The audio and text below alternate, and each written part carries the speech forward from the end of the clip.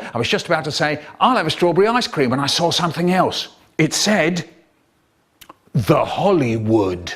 And it was vanilla ice cream, peaches, cream, chocolate sauce, cherries, trifle, jelly, and strawberry ice cream. So I said, I'll have a Hollywood. What's up, guys? Welcome to the first and probably last episode of Dining with DeadFish, a show where we make food from YouTube videos. Today we're going to be putting together the infamous elaborate sundae only known as the Hollywood from Kids Poems and Stories with Michael Rosen. We're going to start by preparing one of its many toppings, the trifle. I have some store-bought vanilla cake mix here that we're going to throw 1/3 of into a medium-sized bowl along with its accommodating egg, vegetable oil, and water. Mix until thoroughly combined, then pour into a well-greased baking pan and cook at 350 degrees Fahrenheit for about 15 minutes or until golden browned. In the meantime, we're going to conjure our vanilla pudding. I have another store-bought package here. Sorry, Babish, I'm just too lazy to make everything from scratch, which we're going to combine with 2 cups of cold whole milk. Stir constantly for at least 2 minutes or until you get a gelatin-like consistency that resembles what you see before you right now. Our cake is now done and out of the oven, so let's flip that sucker over and drop it down on a cooling rack. Hopefully the entire thing actually comes out in one piece.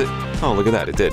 It's a miracle. Now that we have it close to room temperature, it is time for the moment of truth. Now, if you were to try this at home, you may want to use a smaller bowl than what I have here, but regardless, I'm going to make the foundation of this sundae with the trifle first, as trifle is intended to be sort of a layered cake. So let's cut this cake into 4 equal parts and place one of them into the bowl, followed by a healthy layer of our pudding and topped off with some extra thick whipped cream. And since we apparently have a lot more than anticipated, let's drop a whole bunch more everywhere we can. Now that our first level of trifle is down, let's keep true to this ingredient and place our what Michael referred to as jelly stuff directly on top of it, as trifle often consists of some kind of fruit. For this instance, I'm going to use strawberry jam. I know Michael said it was jelly, but the consistency of jelly is a bit too retaining for ice cream, I feel. Who knows, maybe the Hollywood did in fact have authentic jelly rather than jam on it, but screw it, who cares? Once our jam is down, we're going to repeat the entire trifle process until we have run out of cake and pudding. Now, this could be a dessert entirely on its own, but we haven't even started yet. The Hollywood supposedly has peaches on it, which many enjoy having in synchronicity with whipped cream, so I'm going to first attempt to get this jar of peaches open, and then place a bunch of them in harmony with our jam and cream pool. Now it's time to get to the business end of this dish, the ice cream. I'm going to start with vanilla, to which we're going to add our chocolate sauce to. Michael said that its consistency was a bit rich, so I'm going to use melted chocolate fudge. On goes our strawberry ice cream, and let's top that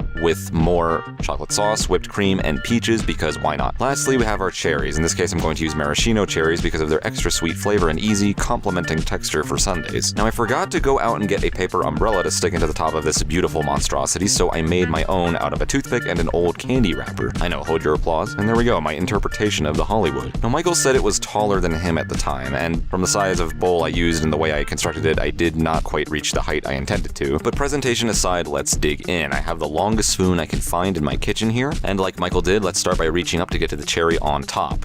Wait, where'd the cherry go? Would you believe it? It rolled off! Ah, well, let's just eat one of these cherries, I guess. Good. Now on to the chocolate sauce. Dig in. Wow, that's great. The richness and warmth of it goes amazingly well with the cold ice cream, as you probably imagine. Now on to the trifle. Again, very, very good. Like the chocolate sauce, its warmth really adds something to that sundae, and thankfully it doesn't taste like sulky cake. The jelly really sets it over the top, too. I guess the one Michael ordered in that cafe was just poorly executed. Now, I'm not a fan of the flavor or texture of peaches, so I didn't really enjoy that part of this dessert, but overall, it was delicious. All of the flavors, textures, and temperatures come at you from different angles, but at the end of the day, they work together to create quite a unique and harmonious sundae. This Hollywood was so good, in fact, that it joined the Clean Bowl Club. That's right, I ate the entire thing all by myself. Thanks for watching, and I hope you don't run into any skyfugles.